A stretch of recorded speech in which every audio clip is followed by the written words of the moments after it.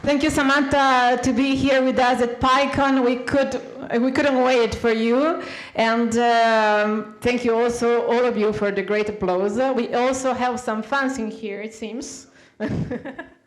And yeah, so Samantha needs no introduction, so I will go straight to the questions. But first of all, she went to space twice, 200 days the first time, and then the second time even go out of space to represent on the International Space Station. So welcome. We know that your time is quite tight, so we'll be our best to use this time that we have for the best. First question that came to the mind of the people is, we saw these different Italian astronauts, European astronauts go to space. What's the role of Europe for the future? There is a new project, new initiative to see the role of Europe more present in the space? Thank you. Yeah, absolutely. First of all, good afternoon, and such a pleasure to be here. The role of Europe in human exploration has always been certainly significant. We are a partner in the International Space Station, and regarding the Artemis program of return to the moon, we are also a significant partner. On the International Space Station, you might know we have a module, which is the Columbus module, where we do research. Historically, we also had, for a certain time, a cargo resupply vehicle.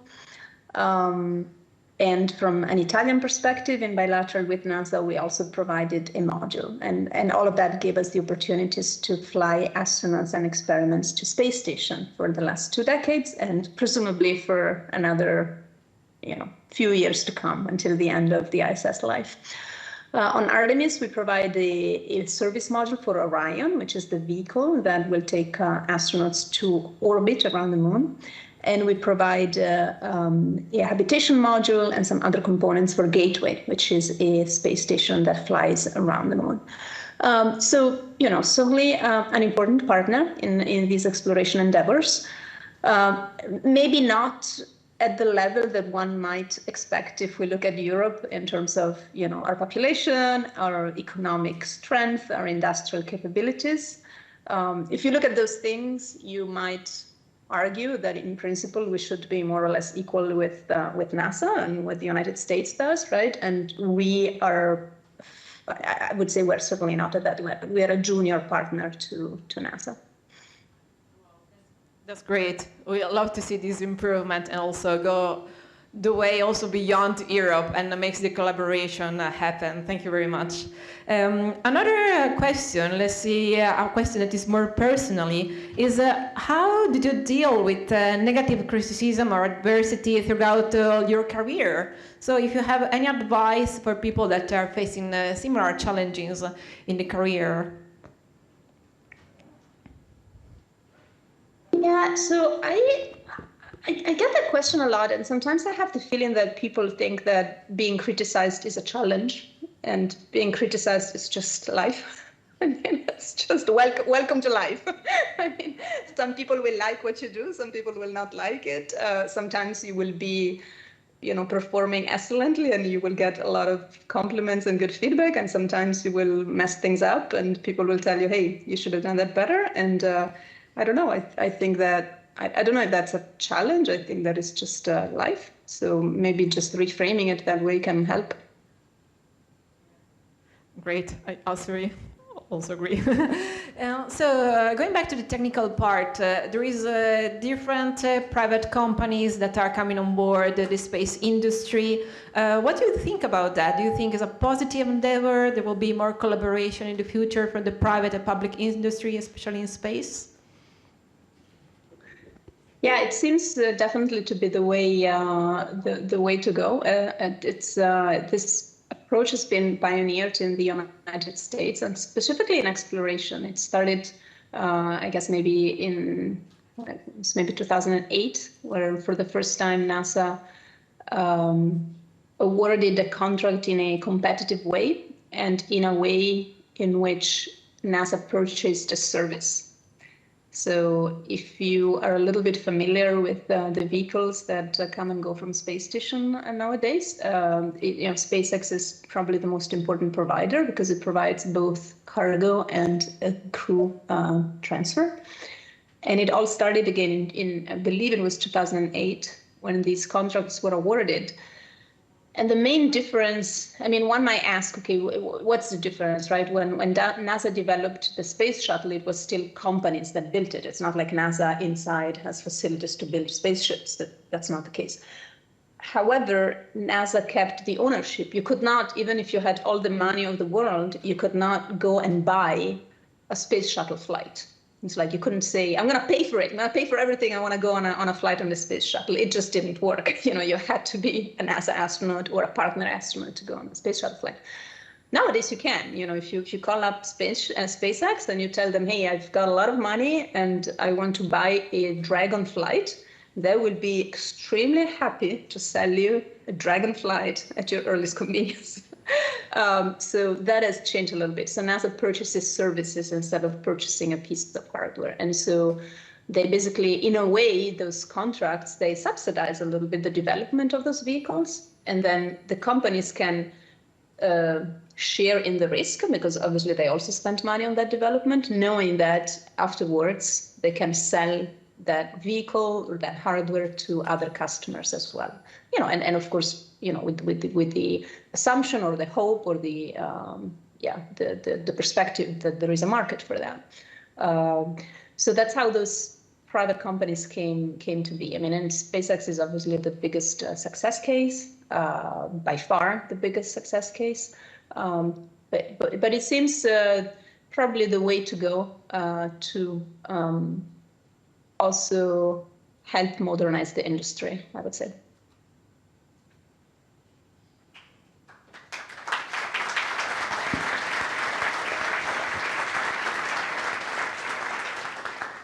So going back to a lighter mood, here in PyCon, we signed all the rooms, like pizza, pasta, all the rooms have this kind of name, so people probably get inspired. And also connected to the private industry for the food that we had in space. So what's your favorite food that you had in space and in real life, not in real life, here on Earth life? You have any favorites that came to your mind? Well, on Earth it's difficult to say because I mean there's so much choice that it kind of depends what you're in the mood for at a given time. But in space, I think one of my favorite was probably still something from my first flight. Like years ago, I had a delicious like a quinoa, never know how you say it in English, salad that I would put in like a tortilla. And it had like little tomatoes and mackerel, and I would add some olive oil. And yeah, that's something that I would love to have on the ground as well. But unfortunately, I don't. We're lucky with that. We just finished lunch, so they were get very interested in this question. And so we know that you speak a lot of language. I'm personally very impressed. Did you ever consider learn a little bit of Python? I did. This is a tricky question because you know the answer. We talked about it years ago, Stefania, didn't but I actually never did. And now I even lost motivation because they told me that in a few years you can just like talk to ChatGPT and tell him what you need and it will write the software for you.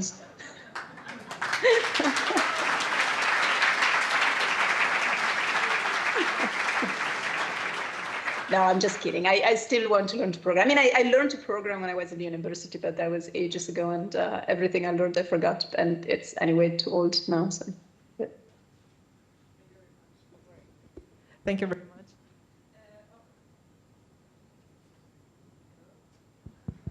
Okay. So we have a lot of people here interested in maybe understand that we know there is different roles in space. Be engineers, you'll be a commander, but we know that there is different backgrounds for people and astronauts. Also, we saw the new class of astronauts. So for a person with a STEM background, especially in engineering or programming, but we have a lot of different people from different scientific background. What are the steps to go and apply for the next class eventually? And actually, another question. To be an astronaut? Yes, and the challenges that are... Go ahead, sorry. Oh, yeah, sorry.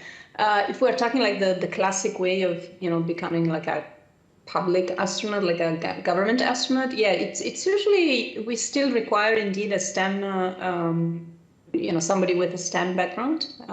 That might change in the future, but for now, it's the recent selection we started 2 years ago. We still required, either an engineering or science or medicine. Medicine is also an option, and or a background in aviation. That is still quite common for astronauts. I personally had a little bit of a mixed background. I had a degree in engineering, but then I had joined the Air Force and become a combat pilot. So I was a little bit of both. But then there are some people who really have a solid background in maybe science or engineering, and others who have, just a very solid background in maybe flying and especially test flying.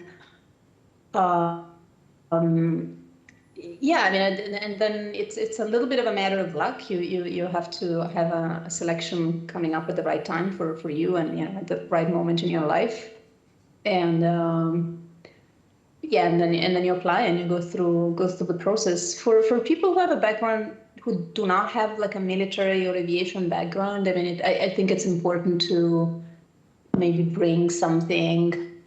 We call it operational. It could be. I have a colleague who's a scientist who did winter stays in Antarctica. I have another one who did like expeditions in extreme places in the world, or another one that worked for a few years on offshore platforms. So something that shows that beyond your technical knowledge, you are actually suitable to work in a team, in an operationally constrained environment, when there's like rules and procedures and safety concerns and all of those things. Great, thank you. So a lot of possibilities, so, you could apply.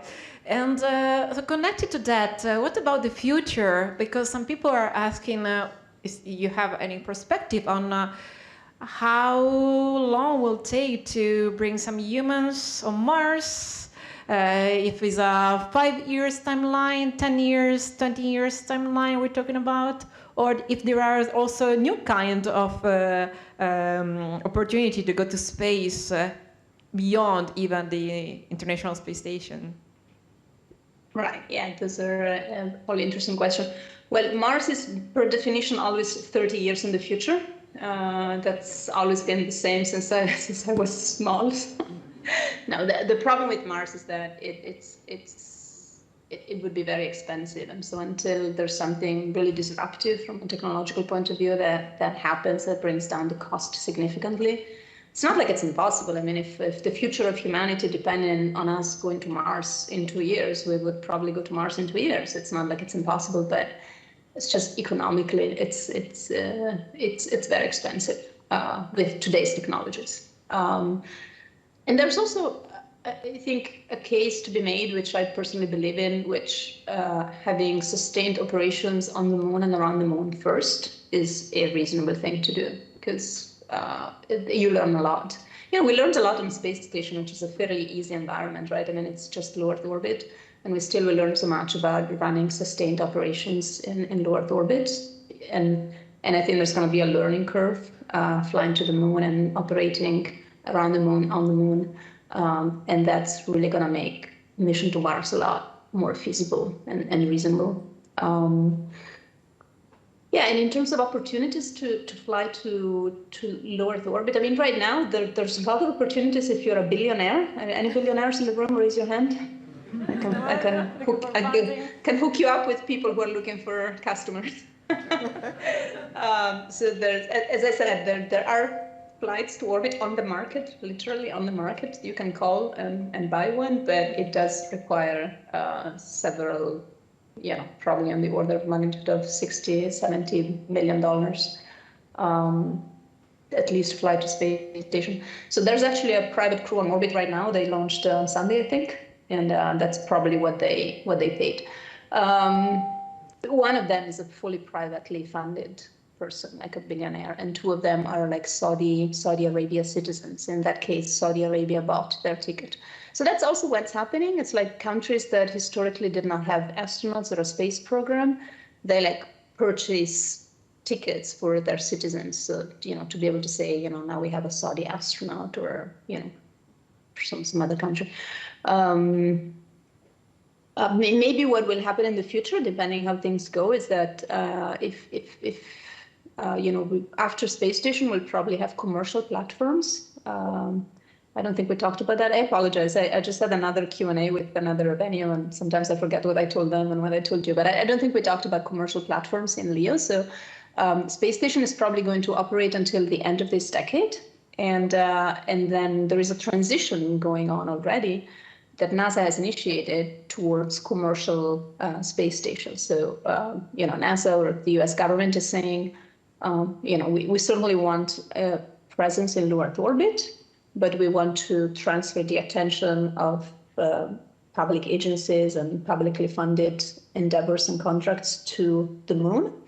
And so we would like low Earth orbit to become more of a domain of regular commercial enterprise. And so they are funding the development of competing space stations. They will probably end up choosing two, and hopefully by the end one will survive. That will be privately owned and operated. And so again, those opportunities will be on the market. I think that a lot of the market that they expect to capture is still the institutional market. It will be like NASA and ESA buying flights for their astronauts.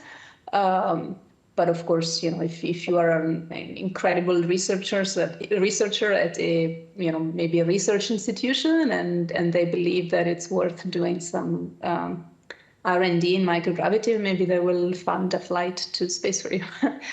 But this opens up an interesting question. So we, as government astronauts, obviously, we do not want to be customers. So this is why it's really important for Europe at this point to develop some autonomous capabilities as well. Otherwise, we'll end up going backwards, right? Having to buy seats on space station, on a private space station. On international space station, we do not buy seats. We are co-owners of the International Space Station. It's also our space station. We have about 8.5% of the ownership, right?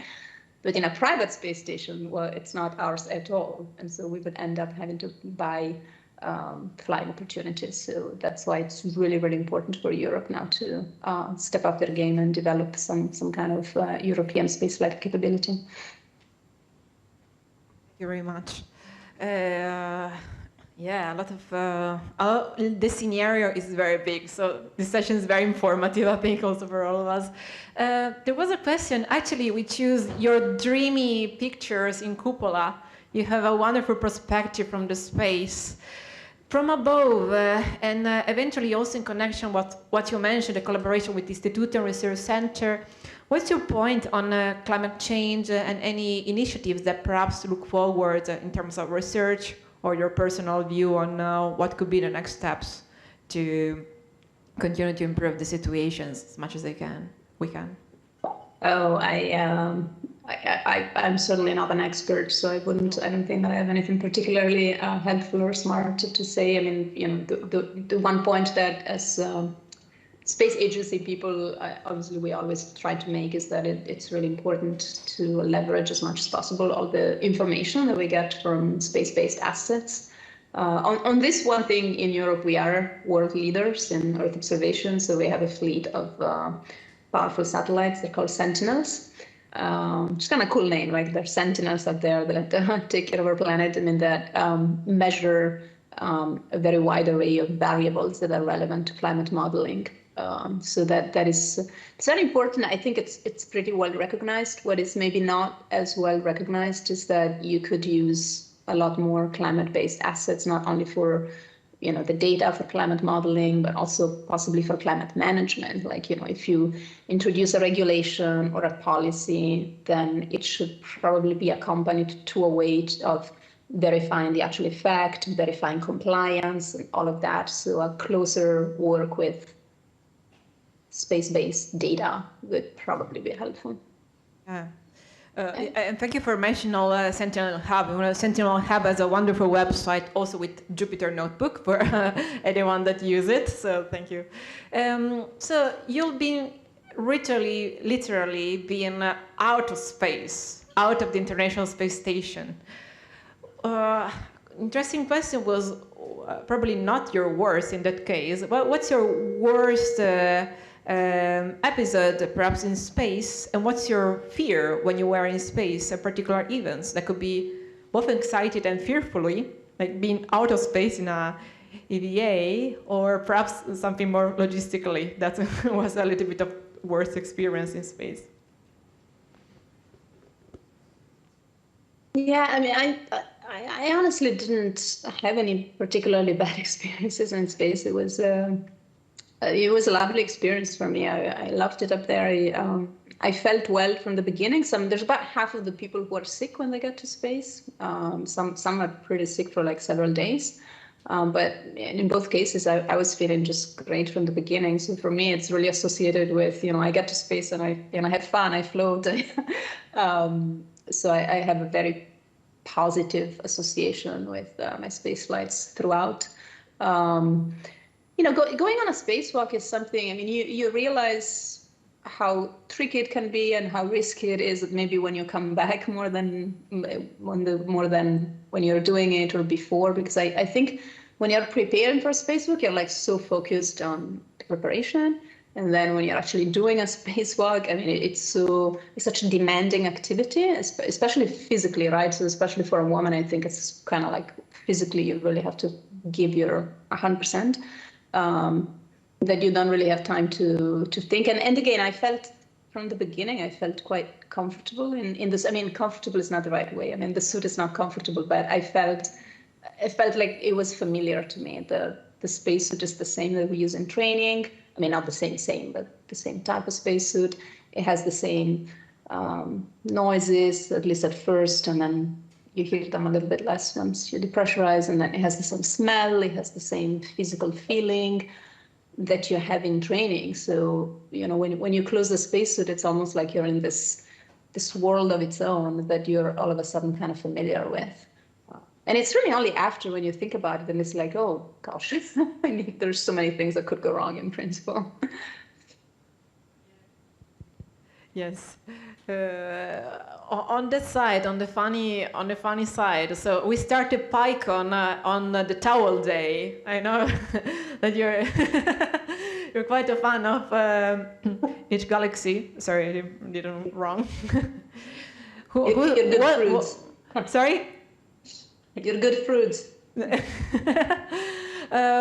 What's your funniest moment in space, or even in training? We know that your training was pretty hard. There is any funny moment that came from eventually cultural training? I think, to be honest, the funniest things that I remember from space, they could be on the ground as well, because they're more like, jokes, like running jokes that we had in the, in the crew, right? Like, for example, on both my space flights, our stay was extended. The first time because there was a progress accident that ended up leading to us having to stay a month longer. And this time, it was like, it is funny. We also stayed a month longer because the rocket that was supposed to launch the crew that was going to replace us was driven into a bridge by the truck driver. So the rocket was going from Hawthorne in California to, I guess, the Cape. And they made, an operational mistake, because before this bridge, because it was too low, they should have lowered it on the truck. And I forgot to do that. And I went straight and they basically broke the rocket. And all this time I was in space, I was the one who really wanted to stay longer. I mean, I love it in space, so I'm always happy to stay longer. And so we had this running joke that the guy driving the truck was my friend Mario, the same that had broken the Progress 7 years before.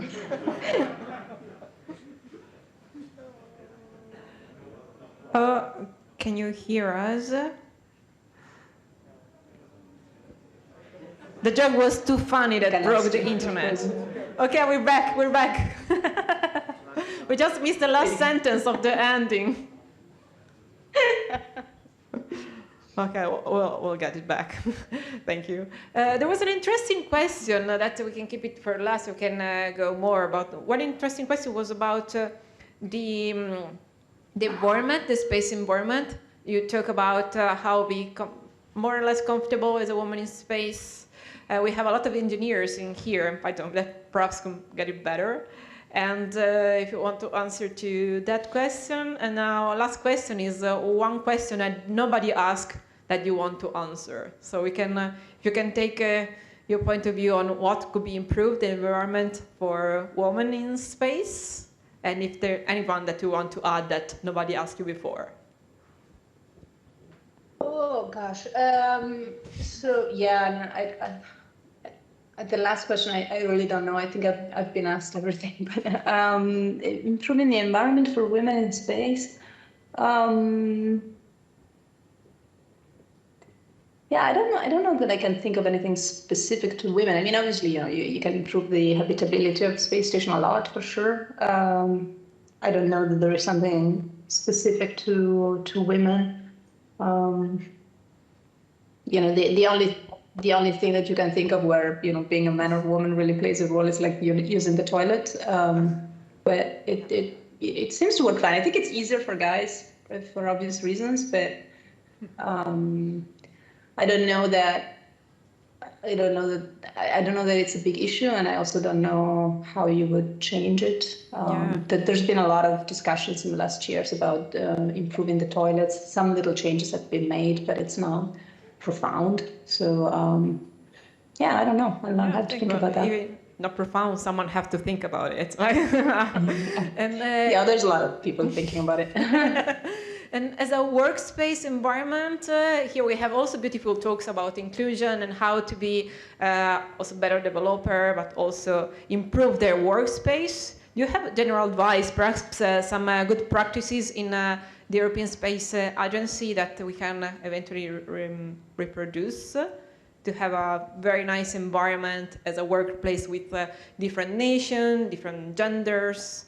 Anything that you want to share to collaborate in a peaceful environment?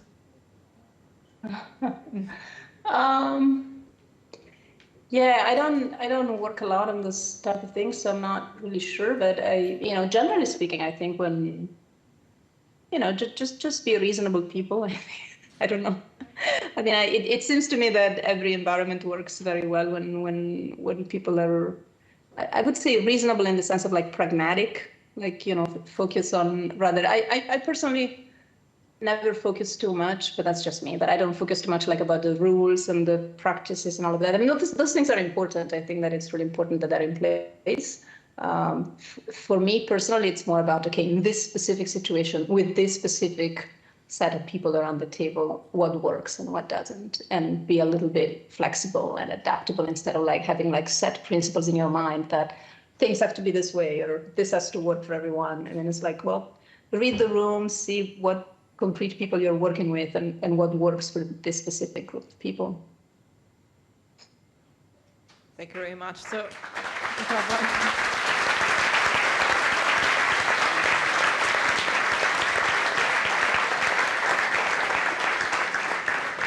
now, I have a question. I'm really curious. Yes. It's been a long time since I've seen a bunch of people with masks. What's going on? A lot of people is asking that.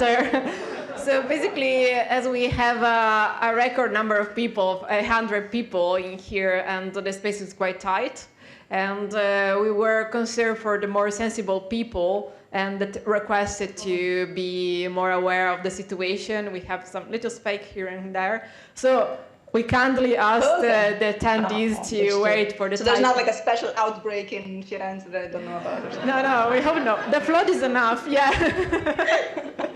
Yeah. That's good. Thank you for the question. Like, thank you, and have a beautiful time. Have a great pycon.